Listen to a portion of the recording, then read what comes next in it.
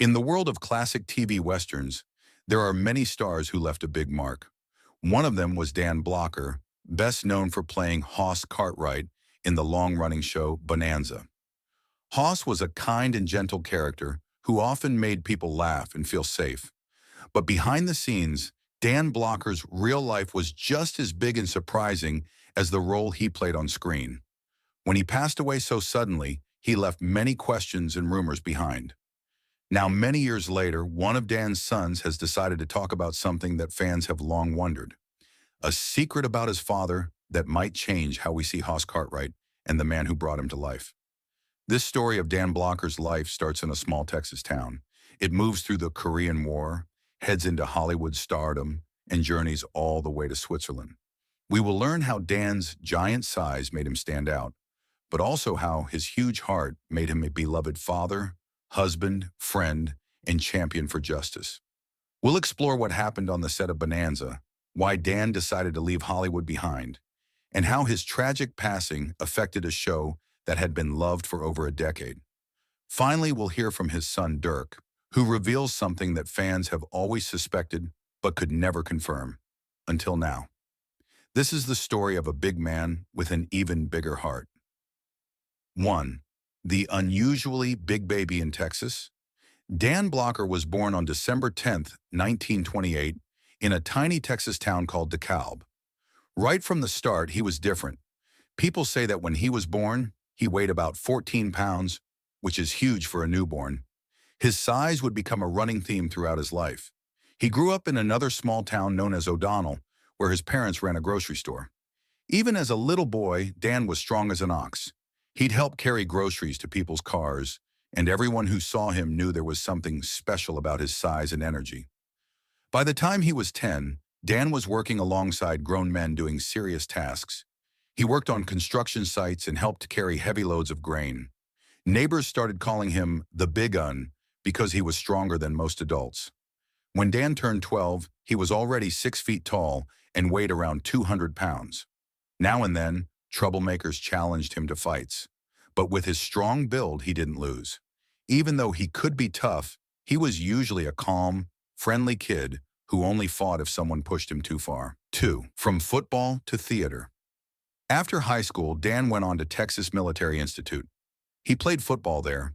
Thanks to his size and strength, he was eventually awarded a scholarship to play football at Sul Ross State University. By then, Dan was about 6'4" and weighed nearly 275 pounds. There was no missing him if he walked into a room, but something happened in college that changed his life. His drama club needed help moving props for a play. Because he was the strongest person around, Dan was asked to move heavy items for the stage. While helping out, he caught the acting bug. He landed a tiny part in the play Arsenic and Old Lace, and that experience opened a whole new world for him. Suddenly, Dan realized he loved performing. He changed his college major from English to theater. Some professional football teams tried to recruit him, but he turned them down. He felt more at home in front of an audience, telling stories and acting out characters than running on a football field. After finishing his studies, he moved to New York City to chase his dream of being an actor. He worked on Broadway and King Lear for a while, slowly building his experience on stage. But life had other plans for him, and soon he found himself serving in the U.S. Army. 3. Fighting in the Korean War. When the Korean War began, Dan Blocker had to put aside his dreams of acting and serve his country. Standing over 6 feet tall and weighing around 300 pounds, he was a sight to see in uniform. The Army even had trouble finding boots that fit him. It took them an entire month to get the right size. By Christmas 1951, Dan was sent to the front lines near Chorwon in North Korea as part of the 179th Infantry Regiment. He served as a combat infantry sergeant, guiding his troops through freezing winters, muddy trenches, and terrifying firefights. The battle on Porkchop Hill was one of the harshest fights of the war. Life there was filled with loud explosions, sleepless nights, and the fear of constant enemy fire. One night during a fierce battle, Dan noticed a fellow soldier stuck in a place where bullets flew everywhere. Without thinking twice, Dan ran into danger to pull his comrade to safety. He got wounded in the process and received the Purple Heart for his bravery. Eventually, due to his injuries and the intense combat, Dan was evacuated to a hospital. His time in Korea deeply shaped how he saw the world. After seeing so many people hurt or killed, he became a strong opponent of war. He especially disliked the idea of using napalm, a terrible weapon that caused massive destruction. Dan was big and strong, but what he saw in Korea made him appreciate peace. Fourth, entering the world of Hollywood. Once Dan Blocker was done with the army, he wanted to find normal life again. He married his sweetheart from college, Dolphia Parker, and they began raising 4 children together. Dan then moved to California to work on a doctorate at UCLA. However, he didn't stay out of acting for long. With his enormous height and friendly charm, Hollywood casting agents noticed him right away. During the 1950s, TV westerns were extremely popular. Shows like Gunsmoke, The Rifleman, and Have Gun Will Travel drew huge audiences. Dan was perfect for these shows thanks to his size and southern warmth. He started getting small guest roles in Western series such as Gunsmoke and Colt.45, slowly making a name for himself. Soon he appeared in Maverick and The Restless Gun, where bigger roles began coming his way. He even had a recurring part as Tiny in Cimarron City, a goofy but lovable ranch hand. But it was his next role that changed his life forever, playing Hoss Cartwright on Bonanza. This series would become one of the most famous TV westerns of all time, running for many seasons and turning Dan Blocker into a household name. 5. Becoming Hoss Cartwright on Bonanza. Bonanza followed the Cartwright family, who lived on a large ranch called the Ponderosa near Virginia City, Nevada. Dan played Eric Hoss Cartwright, the middle son of Ben Cartwright. Many people saw Hoss as the gentle giant of the family. He sometimes seemed a bit naive, but his heart was always in the right place. Audiences fell in love with him right away because of the warmth and kindness he brought to the show. In real life, Dan was smarter and more thoughtful than Hoss might have seemed on TV. He had a master's degree in theater and was well-read, interested in all kinds of literature and ideas, but he poured his real personality into Hoss. Dan admired a saying by an 18th century Quaker missionary named Stephen Grellet, "Do all the good you can." Dan tried hard to show this idea through Hoss's actions and words. It gave Hoss a genuine goodness that viewers felt whenever they watched. Dan also formed close friendships with his fellow stars. Lorne Greene, who played Ben Cartwright, and Michael Landon, who played Little Joe, became like a second family to him. Dan was even the best man at Michael Landon's wedding. Their off-screen bonds gave the show an extra spark because you could sense their real-life closeness in their scenes together. While Bonanza was Dan's biggest success, he also took roles in movies when he had time. He acted with Frank Sinatra in Come Blow Your Horn and Lady in Cement. But no matter how popular he became, Dan still stayed friendly and humble, remembering the lessons he learned in his hometown of O'Donnell, Texas. 6. Choosing to leave the spotlight. When you're on a hit show like Bonanza, fame is pretty much guaranteed. Dan never seemed to want all that attention, though. He did love acting, but he found the non-stop spotlight tough to handle. Because he was so tall and well-known, he could not go anywhere without being recognized. Going on family vacations wasn't peaceful. Fans would gather around, hoping to meet their beloved Hoss Cartwright. By 1970, Dan was feeling the stress of being famous. He took his family to Switzerland for a vacation and fell in love with the beautiful mountains and lakes near places like Lake Como and Lugano. He decided to move his family there, searching for a quieter and simpler life. In Switzerland, Bonanza aired in German. So few people recognized Dan. He finally found the peace he had been craving. Some people thought Dan left the United States because he was running out of money, but he denied those rumors. Thanks to Bonanza, he was financially secure. He had just realized he'd rather give his kids a more normal childhood away from the cameras. Even in Switzerland, Dan still had to fly back to the U.S. at times to film Bonanza, but he felt calmer living abroad. He also worried about people who weren't as lucky, like underpaid teachers, and was known to speak out about it. Dan, who had once wanted to be a teacher himself, said, "Let's face it, I sold out for money," showing that even though he was thankful for his success, part of him missed the honest, simpler life.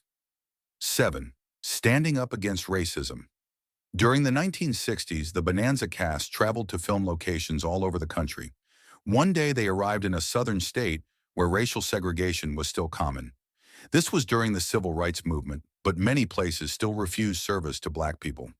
The Bonanza team was shocked to find a hotel that wouldn't allow their African-American crew members to stay. Dan Blocker saw this was unfair. He spoke up immediately and told the hotel manager that if the black members of the crew were not allowed in, none of them would stay there. This wasn't an idle threat. Dan meant every word. The entire cast and crew left to find a hotel that treated everyone equally. Later, Dan said he hated bullies most of all.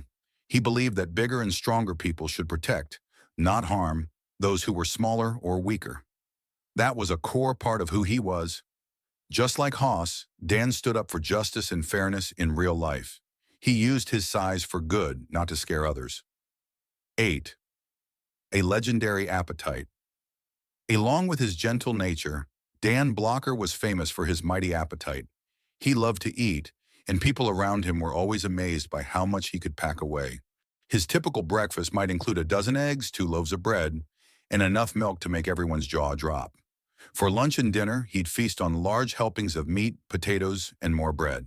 Sweets like cake, pie, and cookies were also high on his list of favorites. Dan enjoyed classic Southern dishes, especially big cuts of roasted meat. He even became part owner of the Ponderosa Steakhouse chain, named after the ranch in Bonanza. The restaurant served hearty meals that he adored. As co-owner, Dan could eat there anytime without paying. Being in show business, however, meant he had to keep at least a somewhat consistent look. This was tough for someone who enjoyed eating so much. He tried going on diets and exercising, but his weight often went up and down. In the later seasons of Bonanza, the crew sometimes put extra padding on him so he would still have that same hoss look. Yet his love for food never left him, and people on set would watch in awe as he finished off huge plates of food without seeming to slow down. 9th. A routine surgery gone wrong. During the early 1970s, the Vietnam War was causing protests and political unrest in the United States. Dan Blocker was living in Switzerland and traveling back to America as needed for Bonanza. Around this time, he began experiencing health issues, including problems with gallstones. His doctors recommended removing his gallbladder, which was usually a straightforward operation. At first, the surgery seemed to be a success, and Dan appeared to be healing well. Tragically, he developed a pulmonary embolism, a sudden blood clot in his lung, and died on May 13, 1972. He was only 43 years old. His passing was a shock to everyone: his family, friends, co-stars, and the many fans who had grown to love him as Haas. Rumors soon followed.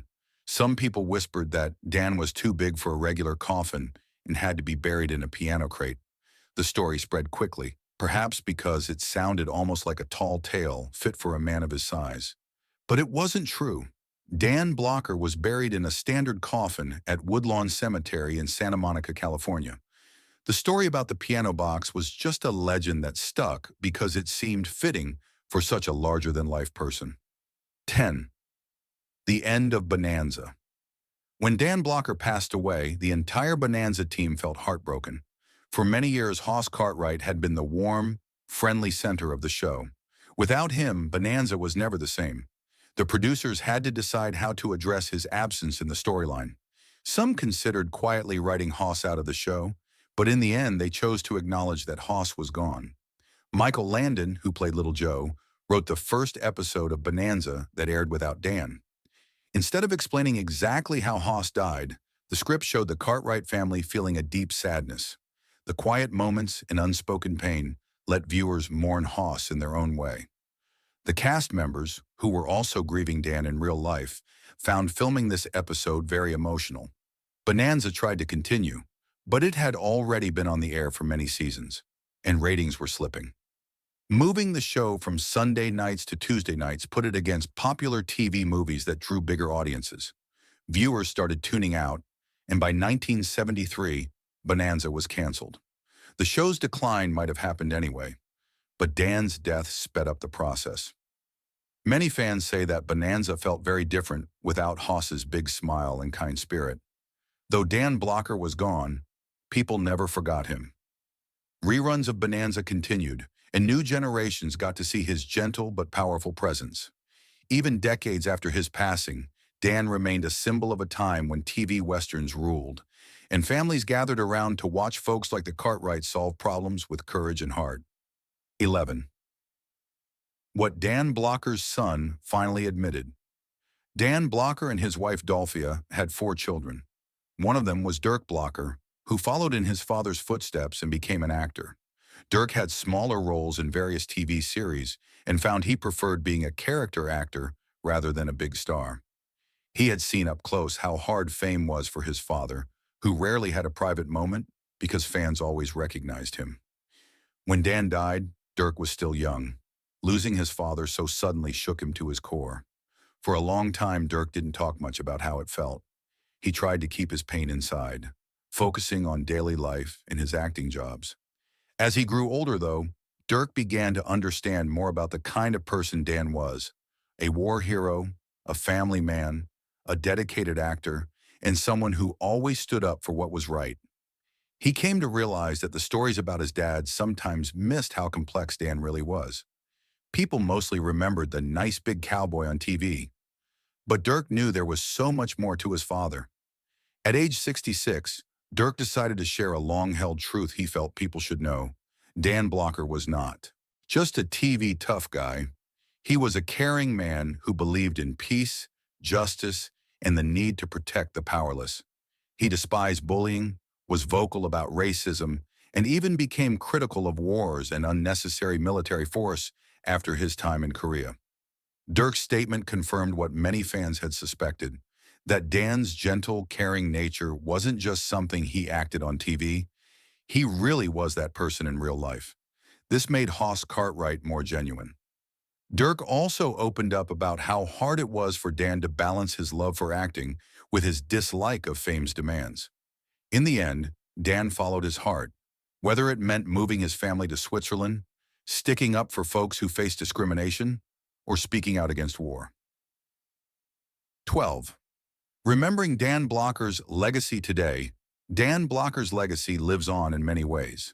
Bonanza is still aired on certain networks, and fans of classic TV still talk about Hoss Cartwright's best episodes. But beyond the show, Dan is remembered for his enormous heart. He fought in a tough war but came home more devoted to peace. He used his heightened strength to help people rather than harm them. He was a friend who stood by his castmates and a devoted father who wanted a calm, nurturing life for his children. When Dirk Blocker spoke about his father's legacy, he reminded everyone that Dan was both bigger than life and incredibly down to earth. People who only knew Hoss Cartwright got to see Dan's compassion on screen, but his friends and family saw it all the time. He was the same man who insisted no one stay at a hotel that practiced racism. He was also the man who loved to eat big meals with the people he cared about, telling stories and laughing in that deep, memorable voice. The hidden truth about Dan Blocker is that there was no big secret that changed everything we thought we knew. Rather, it was the confirmation that what we saw on TV was very close to the real man. Fans always hoped Dan's kindness was real, and Dirk's words assured them it was true. Below is a more detailed look at Dan's life milestones, the ways he influenced the people around him, and how he remains an unforgettable figure in television history. 13. Early lessons: kindness, family, and hard work. Growing up in rural Texas shaped Dan's outlook on life. His parents worked hard in their grocery store, and he helped them from an early age. He learned to treat everyone with respect. Farmers, neighbors, and travelers all felt welcome at the family store. This everyday practice of kindness became second nature for Dan. He believed that no job was beneath him and that helping others was the right thing to do. As a teen, he did all sorts of tough work, from loading trucks to hauling grain. These tasks not only built up his muscles but also grounded his sense of responsibility. Even though he was a massive kid, he carried himself with a gentle spirit. He would rather use his size to lift something heavy or shield someone who needed help, instead of pushing people around. 14. The college years, books, plays, and a changed path. At Texas Military Institute and later Sul Ross State University, Dan stood out as a football player. His coach and teammates respected him for his incredible strength, but it was his warm personality and sense of humor that won them over off the field. Everything changed, however, when Dan got his first taste of acting. The stage was a new kind of excitement, one that challenged both his mind and spirit. This love for acting took him to new places, including Broadway in New York.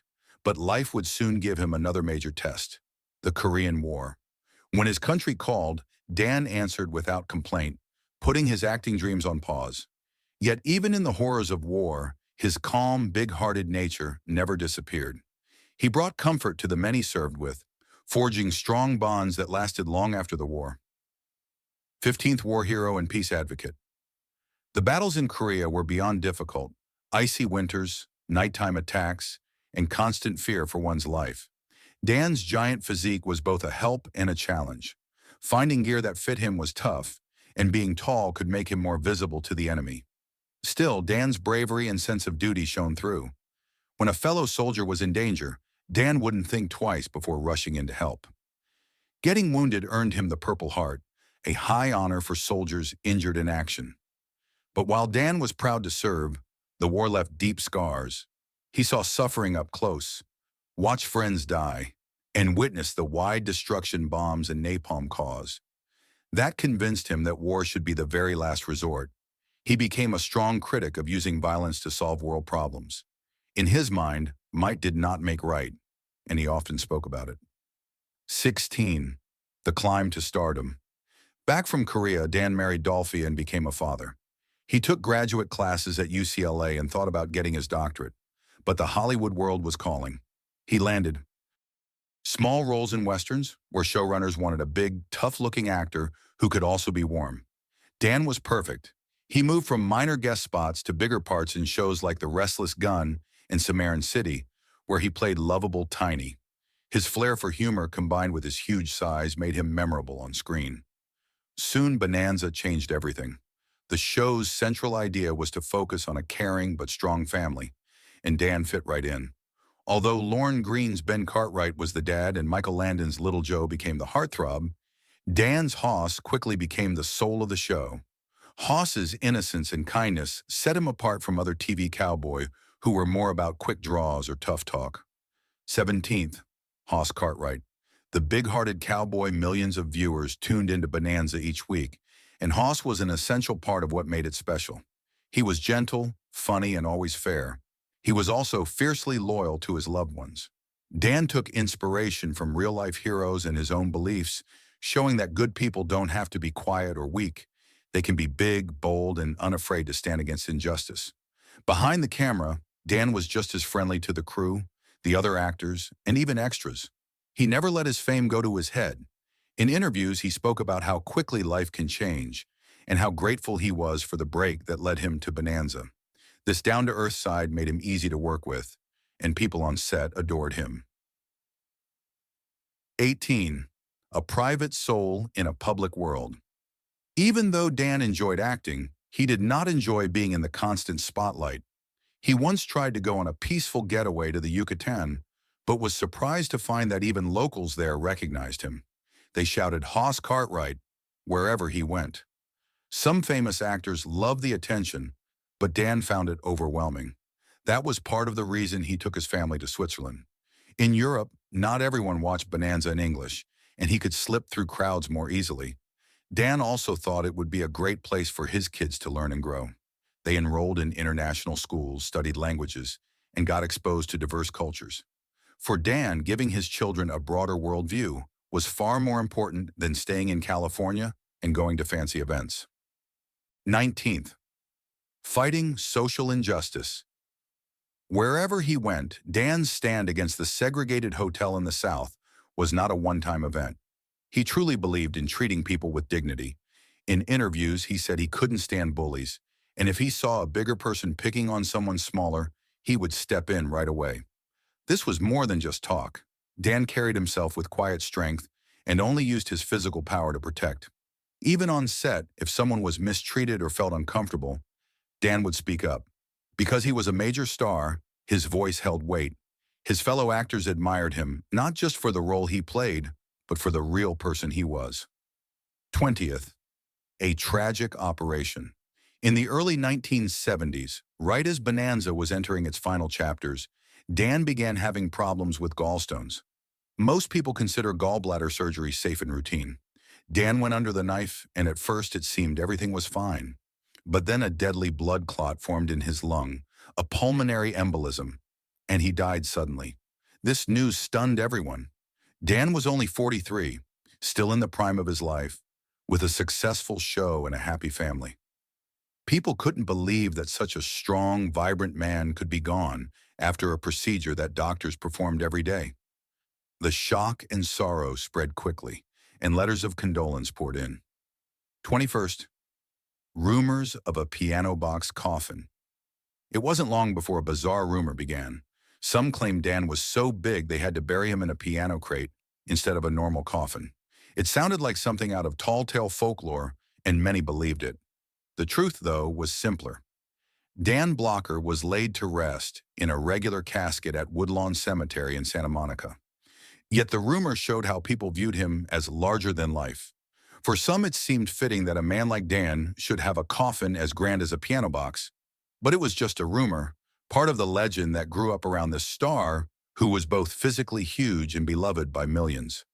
22nd, Bonanza without Haas. Bonanza had been on the air since 1959, and by the early 1970s, it was nearing its end. With Dan gone, the show faced a big problem. Haas was central to the dynamics of the Cartwright family. Michael Landon, who wrote and directed many episodes, decided to handle Haas's absence in a heartfelt way. Instead of an on-screen funeral or a lengthy explanation, the show allowed the audience to feel the loss. Silence and sadness filled the Cartwright household in that first episode back, letting everyone grieve for Haas and for Dan. Without Haas, Bonanza lost some of its warm spirit. Ratings dipped. NBC switched its time slot, and it had to compete with popular TV movies. After the season ended, the network canceled Bonanza in 1973. Even then, Dan's presence lingered on set. The cast and crew remembered how he made them laugh and how he stood up for what was right. Michael Landon, Lorne Greene, and others said the show was never the same. They continued their own careers, but they always spoke fondly of Dan. 23rd, a final word from Dirk Blocker. When Dirk turned 66, he looked back on his father's life with both pride and sadness. The father he remembered was strong, funny, and protective. Dirk admitted that growing up, he didn't always realize how special Dan was. After all, to Dirk, Dan was just Dad, the guy who would ruffle his hair and crack jokes at the dinner table. Only after Dan's sudden death did Dirk begin to see the bigger picture. Over the years, Dirk has shared that Dan's experience in Korea made him understand the pain war brings. He also explained how Dan refused to let any place treat his friends unfairly just because of race. Dirk confirmed what many fans always suspected. Dan Blocker's heart was as huge as his frame. The love Haas showed on Bonanza was the same love Dan gave to the world off screen. In closing, Dan Blocker's life ended too soon. He was only 43, with a lot more to give. But his memory has lived on for decades through the affection of his fans, the love of his family, and the lasting impact he had on Bonanza. Each time someone rewatches an old episode and sees Haas defending a friend or offering a gentle smile, they're reminded of Dan's genuine heart. Now, with his son Dirk confirming that Dan was exactly the good, gentle, and strong person everyone believed he was, his legacy shines even brighter. The gentle giant from Bonanza showed that real power comes from kindness, and that a big heart can leave a mark much deeper than any television role ever could.